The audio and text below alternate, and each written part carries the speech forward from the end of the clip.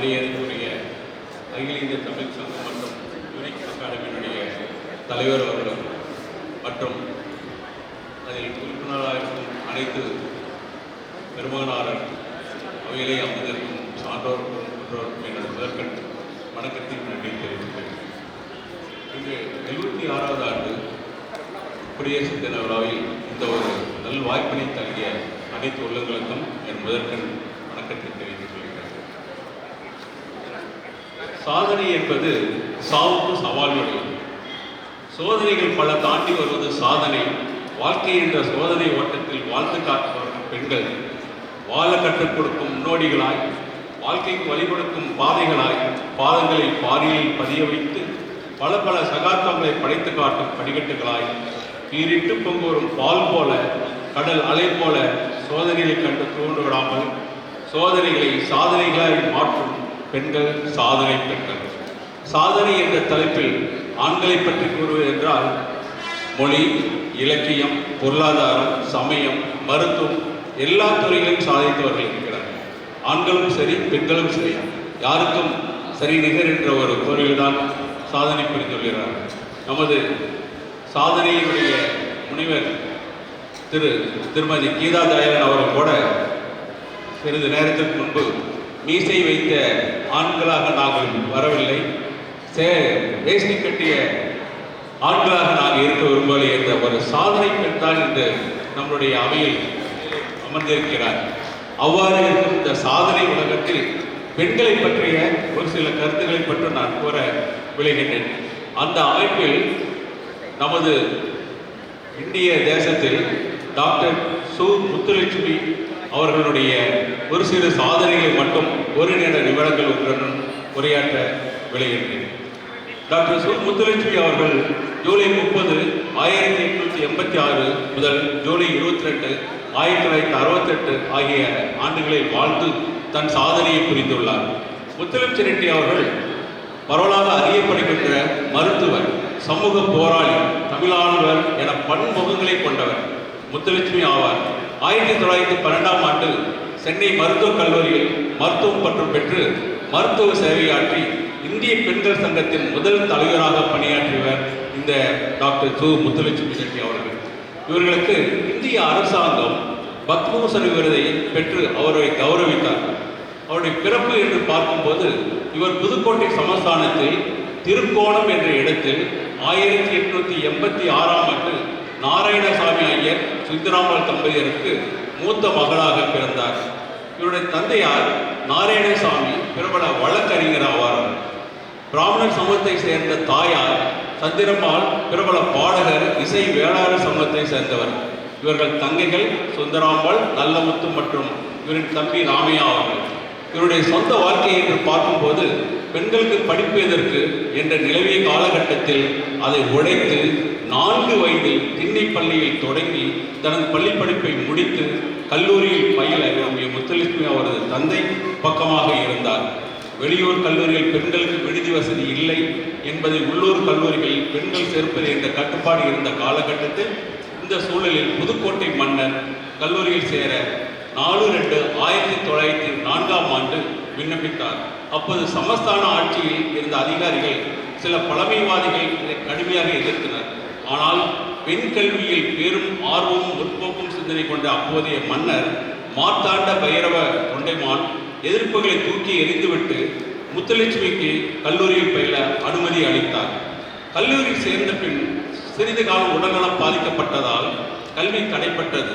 மேலும் அவரது தாய் சந்திராம்பாள் நோயால் சிரமப்பட்டு இறந்து போனார். நோயின் அதன் கொடுமையும் நேரில் அனுபவித்ததால் மருத்துவர் ஆக வேண்டும் என்ற முழு லட்சியத்துடன் தன்னுடைய சாதனை வாழ்க்கையை தொடங்கினார் திருமதி முத்துலட்சுமி அவர்கள். இதைத் தொடர்ந்து 1907இல் சென்னை மருத்துவக் கல்லூரியில் சேர்ந்த நாட்டின் முதல் பெண்ணாக முத்துலட்சுமி ரெட்டி படிப்பில் சிறந்து விளங்கி ஒவ்வொரு ஆண்டும் சிறந்த சான்றிதழ்களும் தங்கப்பதக்கம் பெற்று 1912இல் தமிழ்நாட்டில் முதல் பெண் மருத்துவர் என்ற பெருமையை பெற்றார். திருமணத்தில் ஆர்வமில்லை, அவருடைய விருப்பம் படிப்பிலும் சமுதாய பணிகளும் இருந்தது. இருப்பினும் சகோதர சகோதரி வாழ்க்கையை மனதில் கொண்டு திருமணத்திற்கு சம்மதித்தார். அவருடைய கணவர் டி. சுந்தரெட்டி அடையாறில் அன்னி பெசன்ட் அம்மையாரால் நிறுவப்பட்ட பிரம்ஞான சபையின் மூட நம்பிக்கைகள், அர்த்தமற்ற சடங்குகள் ஆகியவற்றை தவிர்த்து திருமணங்களை நடத்தி வந்தார். அங்கேதான் முத்துலட்சுமி சுந்தரத்தின் திருமணம் 1914ஆம் ஆண்டில் ஏப்ரல் மாதத்தில் நடந்தது. அவருக்கு 2 மகன்கள். மூத்த மகன் ராமமோகன் திட்டக்குழுவின் இயக்குநராக பணியாற்றி, 2வது மகன் கிருஷ்ணமூர்த்தி தாய் தந்தை போல ஒரு மருத்துவ நிபுணராக அடையார் புற்றுநோய் மருத்துவத்தினுடைய இயக்குநராக இன்றும் பணிபுரிந்து வருகின்றார். அவருடைய தமிழ் பணிகள் என்று கூறும்போது, மொழி கிளர்ச்சியில் பங்கேற்றார். தமிழை இயக்கம், தமிழ் வளர்ச்சி, தமிழாசிரியர்கள் ஊதிய உயர்வு போராட்டம் என பல தமிழ் பணிகளை செய்து போராட்டிய அவர் வல்லமை படைத்தவர். மாதா இந்திய சங்கம் நடத்திய பெண்களுக்கு ஸ்ரீ தர்மம் என்ற மாத இதழின் ஆசிரியராக பணிபுரிந்தார். அவருடைய சமூக பணி என்று பார்க்கும்போது 1926ஆம் ஆண்டு 43 நாடுகள் பிரதிநிதிகள் கலந்த அகில உலக பெண்கள் மாநாடு பிரான்ஸ் நாட்டு தலைநகரில் பாரிஸில் நடைபெற்றது. அதில் இந்தியாவின் சார்பில் முத்துலட்சுமி ரெட்டி அவர்கள் கலந்து கொண்டார். அப்போது அவர் நிகழ்த்திய சொற்பொழிவில் ஆண்களுக்கு நிகராக பெண்கள் முன்னேற வேண்டும், பெண்களை அடிமைகளாக நடத்த ஒழுக்கம் ஒழிய வேண்டும் என்று வலியுறுத்தினார். இந்திய பெண்கள் அவர் பல துறைகளில் சிறந்து விளங்கினாலும் மருத்துவ துறையில் சிறந்து விளங்கிய அவருக்கு நமது இந்திய அரசாங்கம் 1956ஆம் ஆண்டு பத்மபூஷன் விருது வழங்கி அவரை கௌரவித்தது. இவரது சிறப்புமிக்க இந்த அம்மையார் 1956ஆம் ஆண்டு 1966ஆம் ஆண்டு தன்னுடைய இயற்கையை எய்தினார். இவ்வாறு புகழ்பெற்ற இந்த மாபெரும் லட்சுமி அம்மையாருக்கு நாம் என்றும் கடமைப்பட்டிருக்கிறோம். இவருடைய சாதனையை நாம் கண்டிப்பாக பின்பற்ற வேண்டும் என்று கூறி வாய்ப்பளித்த நல் உள்ளங்களுக்கும் எனது அகில இந்திய தமிழ் சங்கத்தினுடைய தலைவர் மற்றும் குழு அனைவருக்கும் எனது நன்றியும் வணக்கத்தை தெரிவித்துக் கொள்கிறேன். நன்றி, வணக்கம்.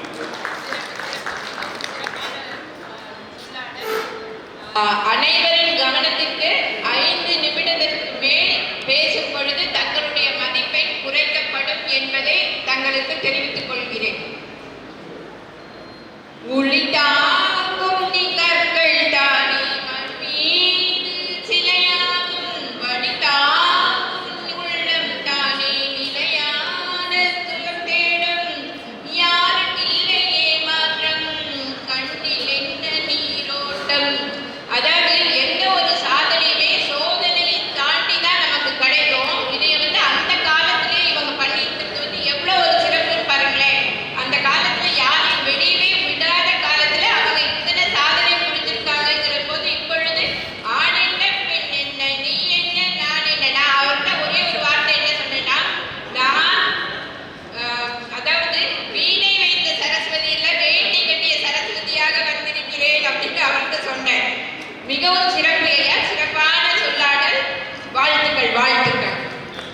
அடுத்ததாக நம்மிடம் கலந்து கொள்ள வருபவர்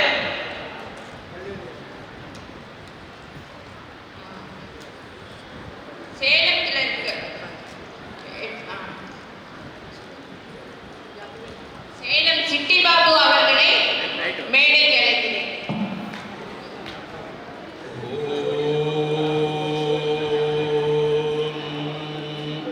தந்தை தாய் ஆவானும் சார்பதி இங்கு ஆவானும் அந்த விழா என்ப நமக்கு ஆவானும் எந்த உயிர் தாமாகுவானும் சரணாகுவானும் அருள் கோணாகுவானும். சார் பேரன்புமிக்க தமிழ் நெஞ்சங்களே, அறிஞர் பெருமக்களே, இந்த இனிய விழாவினை சிறப்பாக ஏற்பாடு செய்திருக்கூடிய நமது அன்பிற்கும் மரியாதைக்கும் உரிய அன்பு சகோதரர் கோவிந்தராஜன் அவர்களே, நம்முடைய இந்த அமர்விலே தலைமை பொறுப்பு ஏற்றும் முன்னிலை வகித்தும் சிறப்பு செய்து கொண்டிருக்கூடிய அத்தனை பேருக்கும் என்னுடைய நன்றியும் பாராட்டுதல்களையும் தெரிவித்துக் கொண்டு, சாதனை என்றால் இந்த பிரபஞ்சத்திலே எதற்காக பிறந்திருக்கிறோம், என்ன செய்ய வேண்டும், எதையெல்லாம் செய்யக்கூடாது என்பதிலே ஒரு தெளிவான சிந்தனை இருப்பவர்கள்தான்